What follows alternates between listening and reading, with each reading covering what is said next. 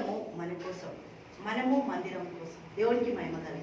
మనమే మందిరం, నడుస్తున్న మందిరాలు దేవుని కార్యాలు చేయడానికి మనకు దేవుడిచ్చిన అవకాశాలు, ఆధిక్యత, గొప్ప భాగ్యము కదా. దేవుడికి మహిమ కలి. దావీదు అంటాడు, నీ సహాయం లేకుండా నన్ను అడుగు మాత్రం కూడా తీసుకో, అసలు నేను ఎక్కడ అడుగు కూడా వెయ్యొద్దు, వెళ్ళాలా వద్దా, ఈ ఫిలిస్టీన్లు నన్ను ముట్టుకుంటారా, అసలు తప్పిస్తావా ఇక్కడ, ఎక్కడ అడిగినా దేవుడు నువ్వు వెళ్ళు, నీ సహాయం ఇప్పుడొద్దు, లేకపోతే ఇక్కడ రాకు, ఇక్కడ పోకు, ఆ చెట్టు సాటట, ప్రతి దగ్గర దేవుడు దావీదుతో మాట్లాడుతూ ఆయన ప్రతి పరిస్థితుల్లో కూడా దావీదుతో దేవుడు మాట్లాడుతుండు. దేవుడికి మహిమ కలుగుతుంది. దేవుడు మనకు సహాయకుడు. ప్రతి విషయంలో, ప్రతి కార్యం దగ్గర దేవుడు మనల్ని విజయాన్ని అనుగ్రహిస్తాడు. దేవుడికి మహిమ కలుగుందాక మనము ఆయన మాటకి లోబడినప్పుడు, ఆయన మాట మన జీవితాలలో ఎంతగానో కార్యాలు చేయడానికి మాట మాత్రం సెలవు ఇవ్వమంటాడు శతాధిపతి కదా.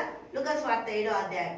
మాట మాత్రం సెలవు మాత్రం రాకు, మాట మాత్రం నేను ఒకవేళ నీ దగ్గరకు వచ్చేటకు పాత్రని కాదు, ఒకవేళ నువ్వు వస్తే కూడా నేను కరెక్ట్ కాదు, కాబట్టి నువ్వేం చేయంటే ఒక మాట రిలీజ్ చేయి, అక్కడి నుంచి మాట శక్తివంతమైంది, నా ఒక దాసుడు స్వస్థపరచబడతాడు అని.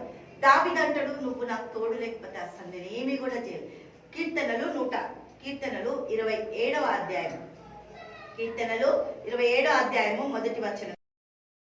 నాకు వెలుగును రక్షణ ఉన్నాడు, నేను ఎవ్వరికి భయపడను, నేను ఎవ్వరికి భయపడడానికి వీలు లేదు అంటాడు దావీదు. ఎందుకు? భయాలతో మునిగిపోయిండు.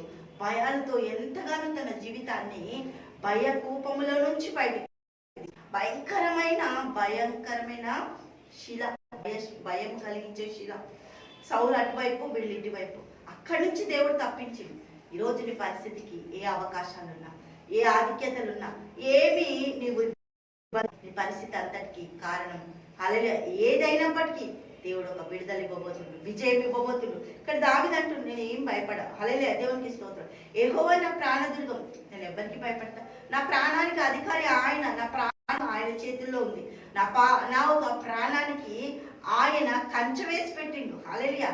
ఆ మంటది అబిగేలు దావీదు దగ్గరికి వచ్చి, నీ ప్రాణం యెహోవా జీవపు మూటలో ఉంది అంటాడు. మన ప్రాణాలన్నీ ఆయన సన్నిధిలో ఆయన భద్రపరిచి. దేవుడికి మహిమ కలుగుగాక. హల్లెలూయా. కీర్తనలు 27వ అధ్యాయము 2వ వచనం చూడు.